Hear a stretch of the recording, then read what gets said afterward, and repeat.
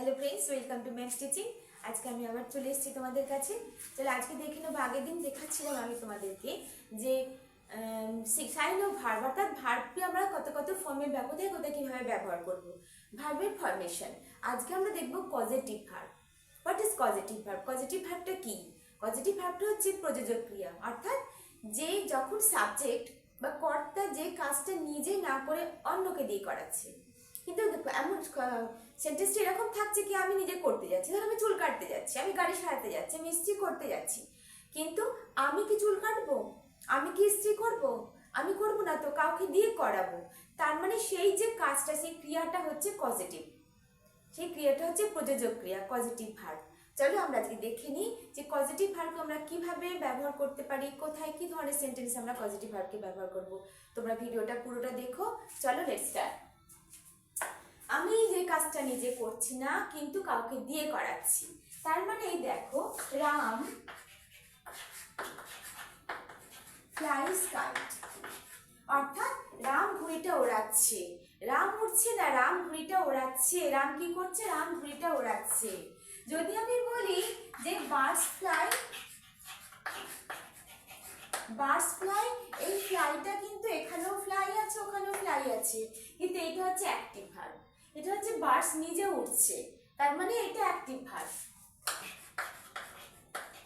এটা active verb. আর এখানে রাম ঘুড়িটা ওড়াচ্ছে, Ram flies kite. You walk the baby,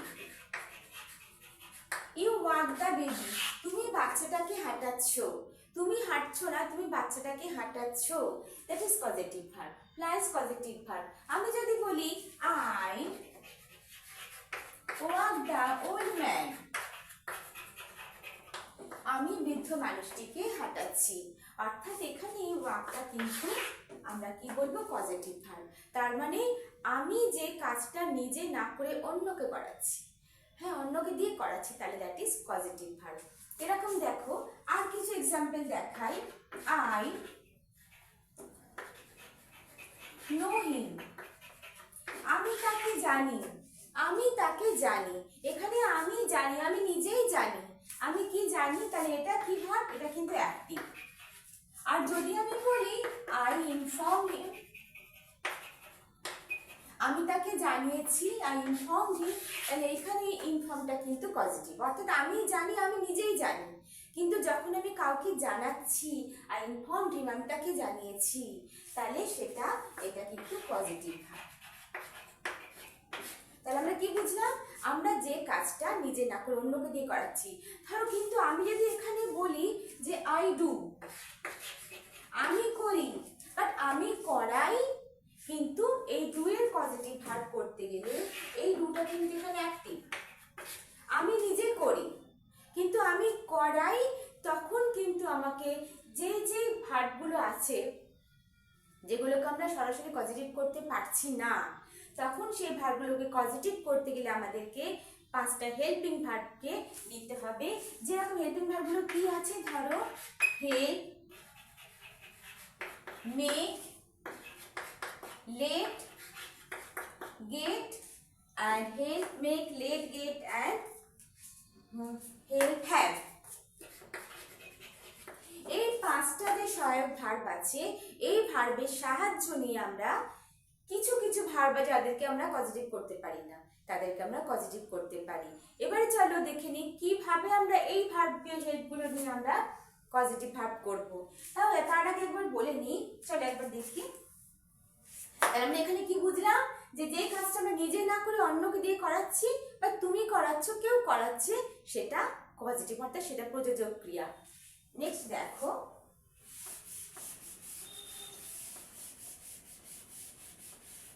এই হেল্প, মেক, এবার এই যে ভার্বগুলো আমরা কোথায় কিভাবে ব্যবহার করব। হ্যাভকে আমরা যখন ব্যবহার করব, অর্থাৎ সেটা আমরা নর্মালি ব্যবহার করব, নর্মালি সেটাকে আমরা কাউকে দিয়ে কাজ করানোর জন্য নর্মালি, তার মানে সেই কাজটা করতে অভ্যস্ত।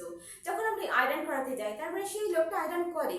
যে জুতো সারাচ্ছে, জুতো আমরা সারাতে যাচ্ছি, সেই লোকটা জুতো সারায়, তার মানে তাকে গিয়ে আমায় কোনো ফোর্স করতে হচ্ছে না, তাকে কনভিন্স করাতে হচ্ছে না, তার কাছে নিয়ে গেলেই সে আমার এই কাজটা করে দিচ্ছে। যে চুল আমার কাটছে, বারবার সে চুল কাটে, তার জন্য তার কাছে গিয়ে আমায় কোনো প্রেশার করতে হচ্ছে না, তখন আমরা হ্যাভের ব্যবহার করব।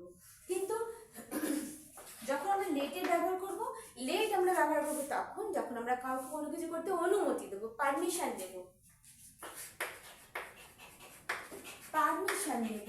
তখন আমরা ব্যবহার করবো কিসের? লেটের ব্যবহার করব।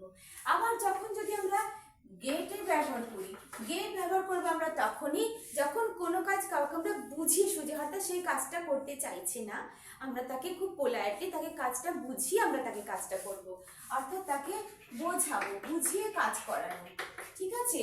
আবার যখন আমরা হেল্পের ব্যবহার করছি তখন আমরা কি করব? অর্থাৎ কর্তা ক্রিয়া যে কাজ করছেন, যে করাবেন, তিনি তার সাথে হেল্প করছেন, তার কাজটা কেউ করে দিচ্ছে, আমি তার সঙ্গে তাকে হেল্প করছি, তখন আমরা হেল্পের ব্যবহার করব, অর্থাৎ বাই হেল্পিং। আর যখন আমরা কিসের ব্যবহার করব? মেকের ব্যবহার করব, তখন আমরা বাই ফোর্স কাউকে দিয়ে, অর্থাৎ ভয় দেখিয়ে জোর করে কাউকে দিয়ে কোনো কিছু কাজ আমরা যখন করাবো, কেউ করতে চাইছে না, আমরা তাকে জোর করে করাবো, তখন আমরা কিসের ব্যবহার করব? তখন আমরা ব্যবহার করব মেকের ব্যবহার করব, অর্থাৎ by force.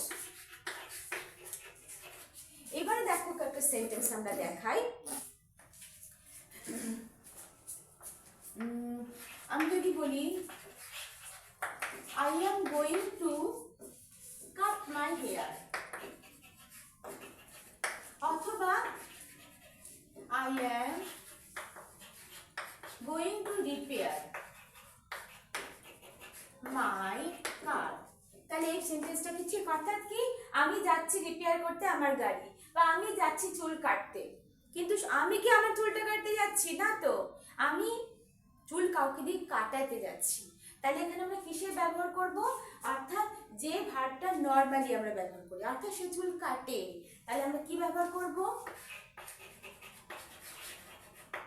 I am going, এইটা একদম ঠিক, এই সেন্টেন্সটা কিন্তু রং। I am going বলেছি, অর্থাৎ আমি যাচ্ছি, কি করতে যাচ্ছি? I am going to have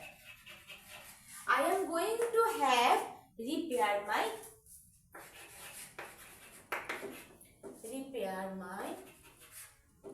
car. I am going to have repaired my car. ঠিক আছে, I am going to have repaired my car. যদি বলি আমার চুল কাটতে যাচ্ছি, তাহলে কি বলবো? I am going to have cut my hair. এখানে কাটটা কিন্তু ভার্বের থার্ড ফর্ম রিপেয়ার, কিন্তু এখানে কাট তিনটে ফর্মই একরকম, তার জন্য এখানে ভার্বের থার্ড ফর্ম।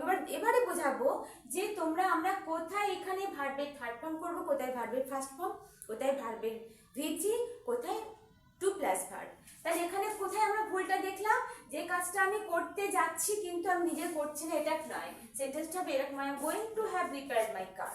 অর্থাৎ আমরা এই ভার্বগুলোর সাহায্য নিয়ে, হেল্পিং ভার্বের সাহায্য নিয়ে আমরা পজিটিভ ভার্বটাকে তৈরি করলাম। ঠিক আছে, আন্ডারস্টুড? নেক্সট দেখো, তাহলে আমরা কখন, কোথায়, কিভাবে আমরা ব্যবহার করব? যখন V1টা কখন হবে? যখন অবজেক্টটা, অর্থাৎ এই যে অবজেক্ট যদি থাকে মাই হেয়ার, অবজেক্ট যদি থাকে পার্সন, তাহলে সেখানে হয়ে যাবে ভার্বের V1 ফর্ম, ফার্স্ট ফর্ম। আর যদি অবজেক্ট হয় কোনো বস্তু, তাহলে কি হয়ে যাবে? সেখানে হয়ে যাবে V3। আর যদি অবজেক্টে যদি V3, অবজেক্ট যদি বস্তু হয় বা যদি পার্সন হয়, তাহলেও যদি গেট নি, গেট টু গেট, তাহলে হয়ে যাবে to plus verb. To plus verb. একটা সেন্টেন্স এবার দেখাই।